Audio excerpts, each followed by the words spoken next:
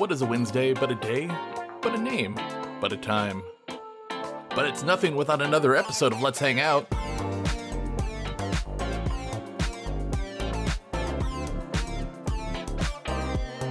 What is going on, guys? It is Wednesday. We are back for yet another episode of Let's Hang Out. And we're here to talk about life and family and work and just kind of de-stress and get it all out of your system somehow. I might not know what you're doing exactly, but I'm sure that I could talk about something that's going to relate. Maybe it will, maybe it won't. That's okay. But you guys are always encouraged to join to the discussion, and you can do that on any of the socials. You can find us at Let's Hang Out Pod pretty much everywhere. So feel free. Come find me. Come find the podcast. Join the conversation. So we're not going to start today with a hashtag because I don't think I have one in my brain just yet that's going to work for the episode. And hopefully by the end of it, I'll have something really simple to put in there. The last few were a little long and made typing them in take up a whole bunch of characters they didn't really need. So we'll wait till the end. But let's talk about something that's a little hard-hitting at the moment for everybody. It's the sudden realization in life that the economy absolutely sucks right now. And I mean that on a level for everybody that we can all understand. Things are getting expensive. Grocery shopping is getting ludicrously expensive. I don't understand. I swear it's every few weeks I see a price jump. And it's on simple things that I don't feel like should be price climbing at all. But I understand exactly why. I understand exactly what the companies are doing and why they're having to do it. You know, we've talked about this, and I say we, and I don't mean on this show, on this podcast. I mean in general, we've talked about this as a larger populace of wanting to be paid more for the work we do, which I am 150,000% behind. I think there are jobs that are being paid way more than they should be, and I have others that I feel are not being paid nearly enough for what they do. I understand companies sponsoring athletes and paying them multi-million dollars. I get it. I do. You want your name out there, and you're going to pay somebody a ridiculous amount of money to slap a logo on them. Sports teams, racing's a big one. It's just, I get it. I totally do. That side of it is arguable. But let's bring it down to another level. I think, and this is just my thought right at the top of my head, I think that it is absolutely unfair. And unfair might not even be a strong enough word to explain this. I don't think it's any bit fair that we are having a battle right now for wages across the board where teachers and doctors and those in the medical field who are in charge of taking care of people's lives, and educators who are in charge of getting the next generation ready to step into the workforce and to take over basically running the world, that those people, those key people in our lives, are being paid the same. They have not had a wage increase that has been acceptable for the work they do. We have not had an acceptable wage increase for them in years. Yet a fast food worker, and this is not knocking fast food. I'm going to start with that now before somebody jumps down my throat telling me that, oh, I do fast food work. I'm a manager. I'm a so-and-so, whatever. Okay. I'm not calling you out yet, and I will get to that in a second here and explain why I say that. But I don't feel that a fast food worker, an entry-level fast food worker, should be making $15, $20, $25 an hour when we have doctors who are barely making $30 an hour. When we have school teachers who are barely making $30 an hour. It's ridiculous. It is absolutely ridiculous. And the fact that here in the state of Oregon, where I am at, that minimum wage in most places is climbing up towards $15 an hour right now is insane to me. And in order to get people in the door to do the job, you have to be paying even more than that. Minimum wage, and that's a discussion in itself. When it was designed, when it was created, it was meant to be the lowest dollar that a person can make to live and survive.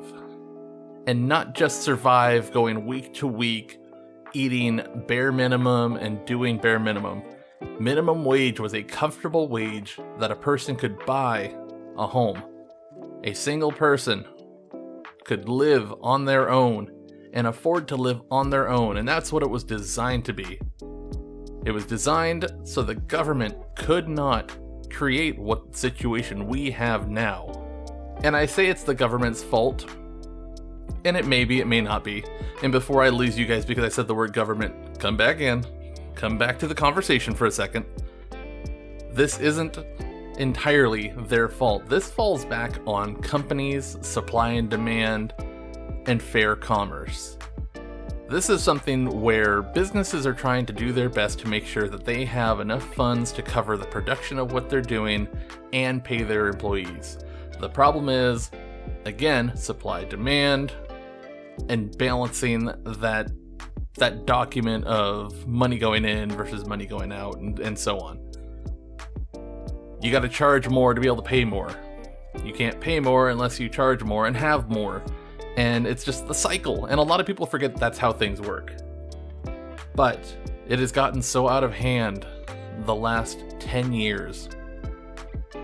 I can't fathom the fact that we're looking at something as simple as bread. A loaf of bread. If you go and get yourself a cheap loaf of bread from a Walmart, and let's use Walmart as a benchmark for a second here.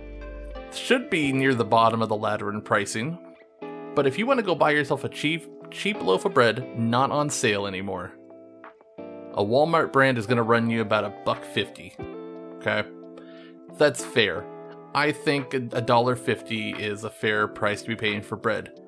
If you're buying a premium, you wanted to get yourself something a multi-grain, big name brand, $2.50, $3 is fair. But the fact that I'm walking down aisles and seeing bread marked up to $5.50, $6 for a loaf just because it has a name brand on it. Famous Dave's Killer Bread, or I might have those two brands mixed together. Dave's Killer Bread. Awesome bread. I would eat it day and night for everything. I would use Dave's Killer Bread for everything. I refuse to pay that price though. That is insane to be paying almost $6 for a loaf of bread that's going to last my family of 5, it's going to last us for less than a week. I would rather put that money into getting 2 loaves of bread from Walmart and having a little extra to maybe, if we're lucky, buy a tiny jar of peanut butter with it. But basic things like that, and milk. Milk is ridiculous, you guys. Milk should not be climbing up there in price, should not be $3.50, $4 a gallon. Speaking of gallons, gasoline. Gasoline prices are climbing back up. The wallet is really starting to hurt, and I know that we're all feeling it, I'm not going to sit here and tell you something you guys already know. It sucks. And it's hard to sit here and have a conversation with the upcoming generation to explain to them why it's so bad when every conversation starts, well, back when I was your age. I'm sure they're all tired of hearing it. I'm sure they're all tired of hearing back when we were their age that things were cheaper and life was easier. Everybody's going to tell you the same thing. Every generation's going to get it, and we need to break that cycle. But the truth is, this economy right now absolutely sucks. You have to be working 2 jobs to be able to survive on your own. If you're not working 2 jobs, you're working with somebody who's working 2 jobs, or you're working with somebody, living with somebody who's got a really high-paying job and you're a lower job, or any combination of that. The point is that you have to be doing something way up the ladder. You cannot survive doing just basic things. Now, I mentioned the fast food workers earlier and the demanding $15 an hour for an entry-level job. Again, I'm not calling you guys out. I'm not calling fast food out for that. I just think it's ridiculous that fast food is getting paid nearly as much as an entry-level medical, any medical. The fact that I'm hearing stories and I'm seeing it posted all over, especially as I'm job searching, finding that entry-level direct support, direct care is paying people $17, $18 an hour. And a fast food worker, fast food is now offering $16, $17 an hour, $18 an hour to get them in there, to get them through the door. Now they have the money because they charge crazy amount for their food. And if they don't charge a crazy amount, it's because they have so many locations they can make it work. Like a McDonald's, like a Taco Bell, a Burger King, all those places. But if you're one of those who's not a big fast food person, which props to you if you can do that, those prices have gone up too. And they're getting ridiculous. You know, a simple meal for fast food is costing just as much as it is to go and get yourself a nice, high-quality meal elsewhere from a non-fast food joint. And I say it's getting close to those prices. It's not there yet. It's still cheaper doing fast food. But I'm paying $12, $13 for a meal at a McDonald's or a Burger King. And I can go into a restaurant and sit down and pay $15 for a fresh cooked meal. You know, it's kind of one of those things. Like, where do we start drawing the line of things costing too much and the demand and the supply and all that being out of control? Like, where does the line happen? There's a lot I wish that we could do. There's a lot I wish that we could change as a whole universal community here, but it's not going to happen overnight, and it's not going to be an easy fix. So the point of bringing all this up and talking about it is, one, because sometimes you just have that bottled up, and you're sitting there, you're feeling the pinch.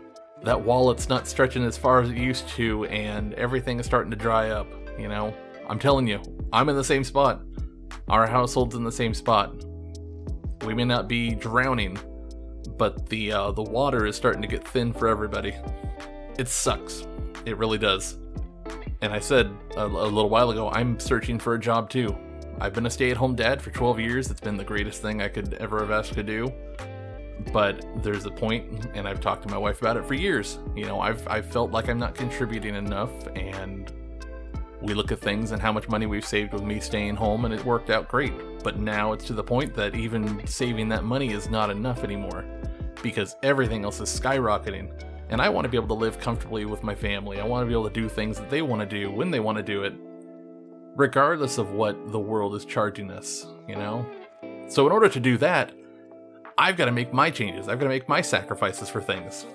And part of that is stepping away from the stay-at-home life. You know, I'm not in the best health. I've got plenty of stuff going on that should stop me from working, and I'm still going to go out and try to figure something out because it's what I need to do. It's what the family needs me to do. You know, it's me putting a lot of dreams on hold. This podcast is one of those. You know, I don't know what the future holds. We were talking a few weeks back about the possibility of going to a weekly recording, weekly episodes. And I'm not saying it's completely out the window, but with the way life is going right now, it's looking less and less like it's going to be able to happen and be realistic. And honestly, even every other week might not be realistic anymore. But I'm not giving up on this yet. I'm not going to give up on it until I've hit the point where I have run out of time and I'm incapable of doing it, or things are going on, the schedule's all that stuff. I'll let you guys know. But it's things like that, like my streaming, my casual streaming, my fundraising streaming, all of that. I'm not giving up on fundraising because that's going to be a forever thing that I work on, but I won't be able to do as many streams as I want to. I won't be able to do them during the week. You know, that was a passion I wanted to chase forever, was to be a regular streamer.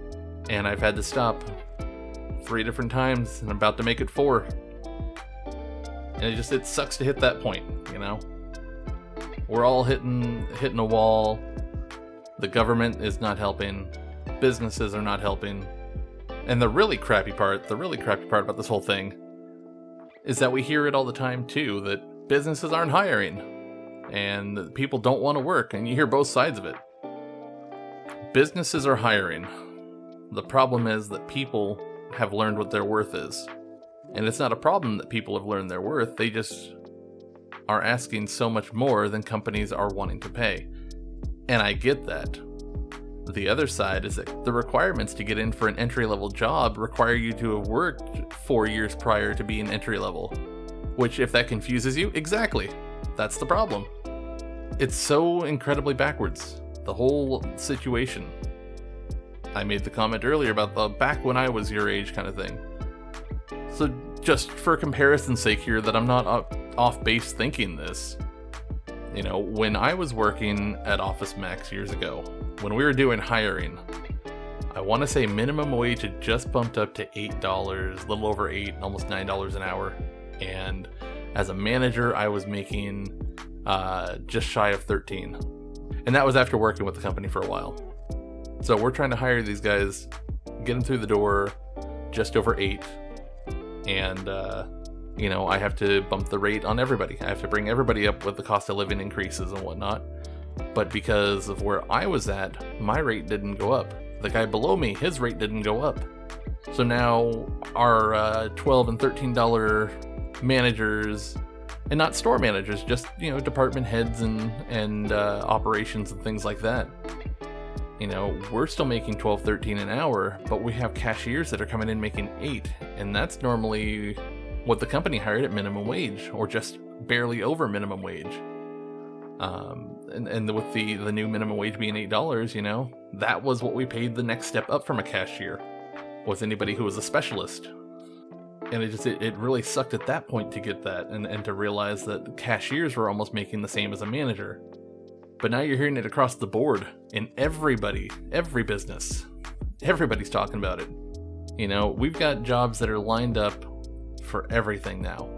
You have entry level, which is as simple as a greeter at a Walmart. An entry level is a direct support for the medical world. An entry level is somebody who's cleaning the floors as a janitor somewhere. It's their base job, the entry level job.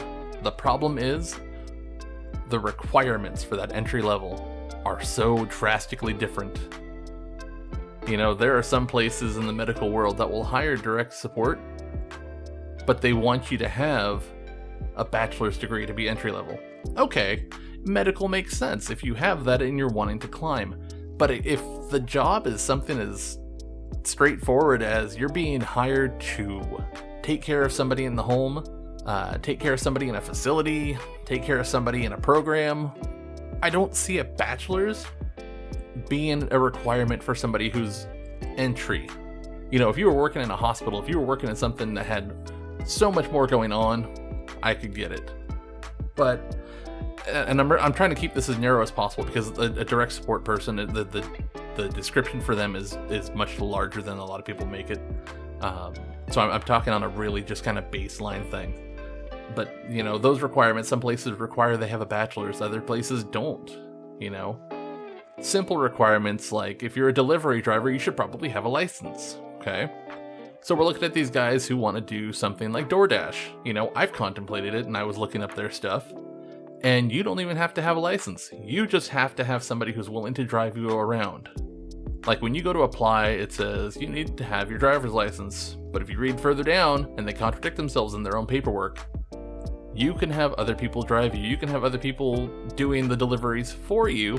They just need to have a driver's license. So you can find your way to circumvent that whole process. So there's no consistency with things. And that's the concern, is that all these jobs that have entry level, starter jobs, first time jobs, and nobody has this clear-cut answer of what entry level is anymore.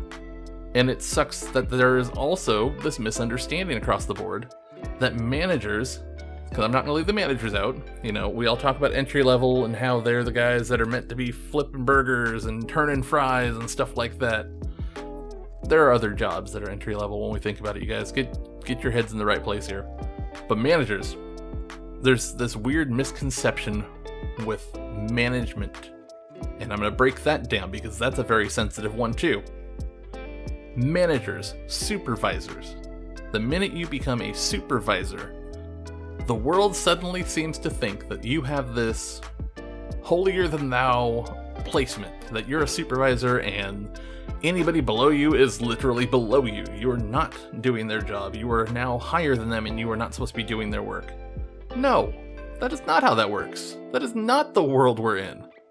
A supervisor is somebody who has more responsibility and is in charge of more and making sure that things are running more appropriately. They're responsible for maintaining more.